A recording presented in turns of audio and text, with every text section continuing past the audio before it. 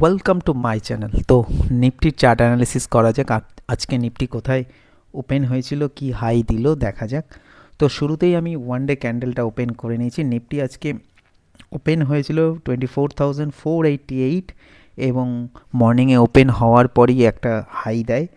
High দেওয়ার পরে আবার লো দেয়, মানে হাইটা থাকে 24,550 থেকে 573 অবধি যায়, তারপরে আবার একটা লো দিয়ে কিন্তু অলমোস্ট ক্লোজ করে। খুব একটা বেশি পয়েন্টে ক্লোজ করতে পারে না, 10 পয়েন্ট পজিটিভে ক্লোজ করে। লোটা দিয়েছিল 24,366, যা কিন্তু আগের দিনে যে রেজিস্ট্যান্স লেভেলটা ছিল তা কিন্তু এখন একটা স্ট্রং সাপোর্টে পরিণত হয়েছে, যা ওয়ান ডে চার্টে একদম যদি দেখেন এর কাছাকাছি লোটা দিয়েছিল। এবং হাইটা কোথায় দিয়েছিল, আমাদের যে রেজিস্ট্যান্স লেভেল ছিল 4,520 থেকে 550 বলেছিলাম, তো 573 হাই দিয়েছিল।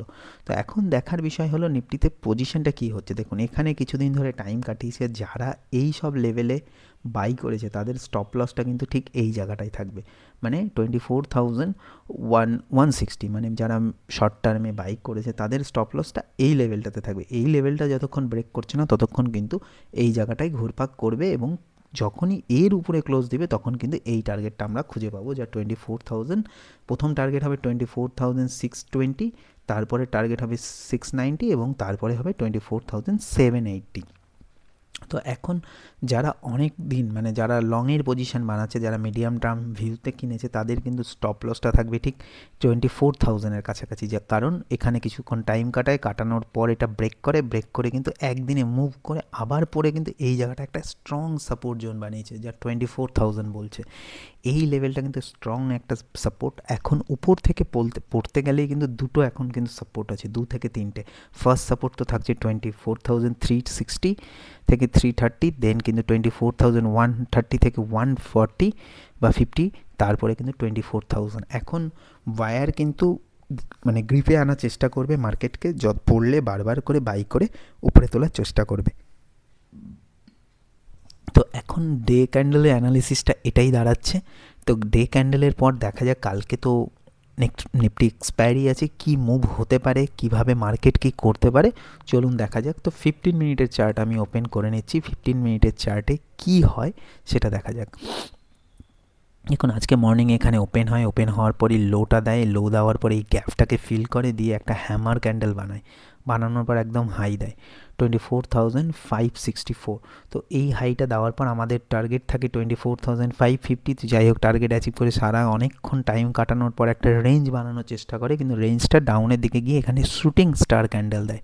দেখুন শুটিং স্টার ক্যান্ডেলটা দেওয়ার পর কিন্তু একটা শার্প ফল করে কিন্তু একদম সাপোর্ট অবধি নিয়ে চলে আসে, যা কিন্তু স্ট্রং সাপোর্টের কাছাকাছি লেভেলে দিয়ে আবার তুলে ঠিক ওপেন থেকে উপরে যায়, গিয়ে কিন্তু এই হাইটাকে ব্রেক করার আবার চেষ্টা করে, কিন্তু এই লেভেলটাকে কিন্তু ক্রস করতে পারে না। এই লেভেলটাকে ক্রস করতে না পেরে আবার ফল করে মোটামুটি একটা 10 পয়েন্ট পজিটিভে ক্লোজ করে, যা কিন্তু খুব একটা ভালো ক্লোজিং দেয়নি। কিন্তু এখন দেখতে হবে যে কালকে কি হতে পারে। কালকে কোনো কারণে যদি মার্কেট এই সব জায়গাতে ওপেন হলো, ওপেন হয়ে ডিরেক্ট এটাকে ব্রেক করলো, দেন এখানে গিয়ে কিন্তু ডিরেক্ট যদি ব্রেক করে গিয়ে কিন্তু এই সব জায়গাতে আবার রেজিস্ট্যান্স খাওয়ার চান্সেস থাকবে। কারণ মার্কেট যখনই কোনো জায়গায় ডিরেক্ট যায় তখন কিন্তু ফার্স্ট ফ্লোতে কিন্তু উঠতে পারে না।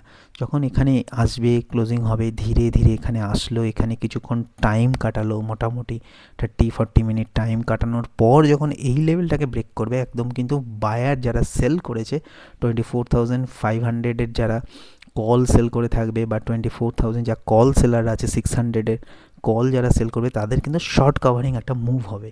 এই 24,530-র উপরে যদি কিছুক্ষণ স্টে করতে পারে, অনেকক্ষণ টাইম কাটায়, তাহলে যে শর্ট কাভারিং মুভটা হবে, যেটা কিন্তু 24,000 ফার্স্ট টার্গেট নিয়ে যাবে এইটা অবধি 24,570, দেন কিন্তু 622 থেকে একটা লম্বা মোটামুটি যা বলেছি 100-150 পয়েন্টের একটা উপরে মুভমেন্টটাও আসতে পারে।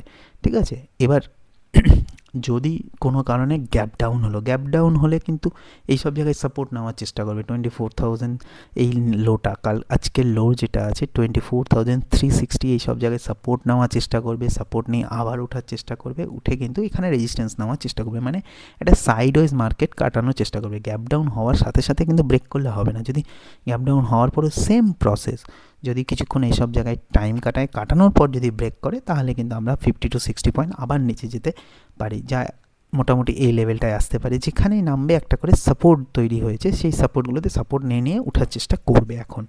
তো এইভাবেই চলতে থাকবে। আর কোনো কারণে যদি গ্যাপ আপ খুললো, যা আজকের মতো গ্যাপ আপ খুললে ওয়েট করা উচিত। যদি গ্যাপ আপ এই লেভেলটাতে খুললো, যা আজকেও খুলে কিন্তু আলটিমেট গ্যাপটা ফিল আপ করে, গ্যাপটা যদি কোনো কারণে এই সব রেঞ্জে খুললো 24,580, 590 বা 600-এ খুললো, খোলার পর কিন্তু ওয়েট করা ওটাই বেটার হবে। যদি ধীরে ধীরে নিচের দিকে একটু নামে, টাইম কাটায় দিয়ে এই সাপোর্ট, যা কিন্তু 24,530 বা 500-এর উপরে যদি স্টে করে বা গ্যাপ ফিল আপ করে যদি ব্রেক করে, দেন কিন্তু একটা ভালো মোমেন্টাম পাওয়ার চান্সেস থাকবে।